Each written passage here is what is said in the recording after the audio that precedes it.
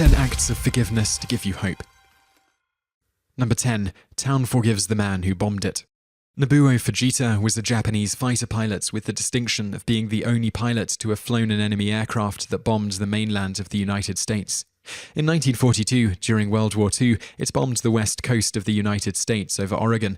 The bombing caused collateral damage when it sparked fires in Oregon's dense and vast forests. One town that was greatly affected by Fujita's raids was that of Brookings, Oregon.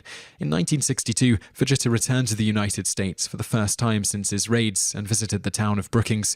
He brought with him a 400-year-old samurai sword as a final symbol of his surrender and goodwill, which the town accepted. The town displays this symbol to this day as a sign of friendship between the town and the man who tried to destroy it. Number 9. Son forgives woman who let his father die.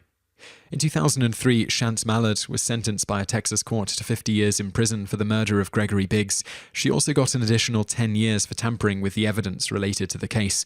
Biggs was a homeless man struck by Mallard. He crashed through her windshield and remained stuck as Mallard continued to drive. Although Mallard claimed that she was in an altered state due to the drugs and alcohol she consumed the evening of the murder, her crime is still unimaginable. The most poignant aspect of the crime is not that Mallard hit and killed Briggs, it's the fact that he didn't die. Testimony revealed that Biggs could have survived if he had received medical attention. However, Mallard drove home, parked in her garage, and left Biggs there to die. At the conclusion of the trial, Biggs's only son, Brandon, stated to Mallard and to the court that he forgave her for letting his father die. Mallard responded with tears and silence. Number 8. Man forgives and befriends his brother's murderer. Back in June of 1992, a drug raid went down in the East River projects of Manhattan in New York City. Police were looking for a 17-year-old Wilfredo Colon, a crack dealer known to be aggressive and abrasive. Among his enemies was Michael Rowe, a teenager himself at 15 years old. Police did not find Colon because he had been murdered. He was shot no less than 13 times by 3 men, including Michael Rowe. Rowe was captured, convicted, and sentenced to over 20 years in prison for the murder and other offences. Meanwhile, Wilfredo's younger brother, Anthony, was left feeling abandoned and angry. This anger festered for years until Anthony found religion. The surviving Colon met with Rowe in 2006 and expressed his forgiveness. The two men became friends, but sadly, Rowe was killed just 2 days after being released from prison. Number 7. The Pope forgives his would-be assassin. On May 13, 1981, the unthinkable happened in Rome's St. Peter's Square. Pope Jean Paul II, one of the most beloved figures of all time, as well as one of the all-time most popular popes in the history of the Church, was shot. 4 shots were fired, 2 wounding the Pope, and 2 more wounding people in the crowd.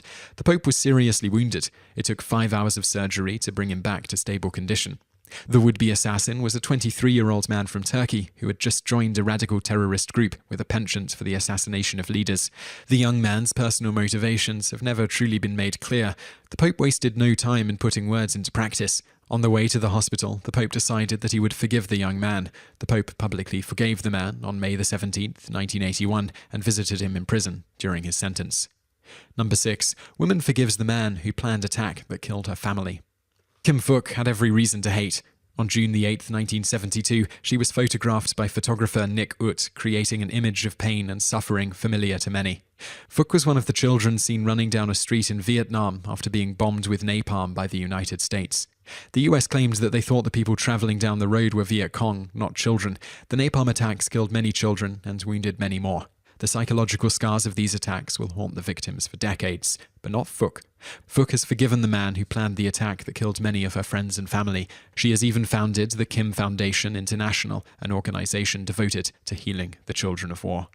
Number 5. Community forgives and offers money after 5 girls are murdered.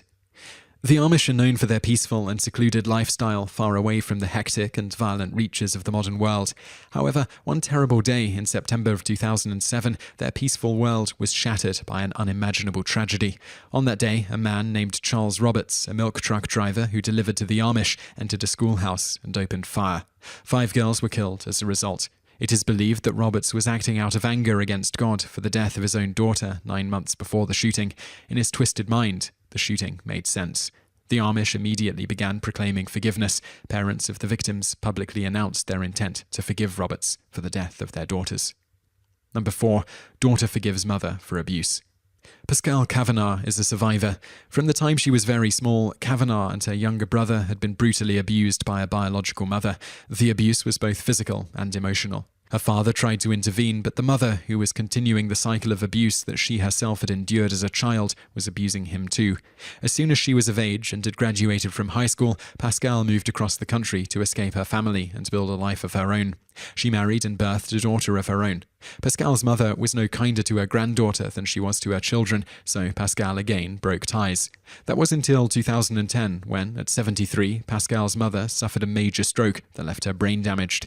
Pascale went to the hospital, forgave her mother, and cared for her in a way that she had never been cared for. Today, Kavanagh tells her story of survival and forgiveness in the hopes that it will help others to live better lives. Number 3. Victim's King forgives infamous serial killer.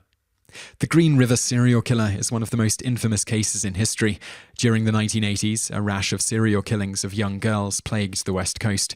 Gary Ridgway was arrested, tried, convicted, and sentenced for his crimes. Robert and Linda Rule's daughter, Linda Jane Rule, became victims of the killer at age 16.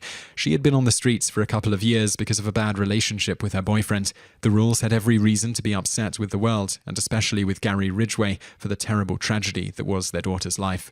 At sentencing, the family of each victim was allotted time to speak in court. Most were very angry, but not the Rules. When it came to their turn, Robert Rule said, "Mr. Ridgway, there are people here that hate you. I am not one of them. I forgive you for what you have done. You are forgiven, sir." Number 2. Cop forgives teen who tried to kill him. Forgiveness is never easy, but it may be easier to forgive someone for what he has done to a loved one than what he has done to you. Not so in the case of Stephen McDonald. In the 1980s, McDonald was serving as a New York City police officer. He was on patrol in Central Park when he came upon a group of teens who were suspected of armed robbery. A chase ensued, but McDonald caught up to the trio. As he was patting down one of the suspects, another shot him 3 times. The shooting left him paralyzed from the neck down and unable to breathe without the aid of a respirator.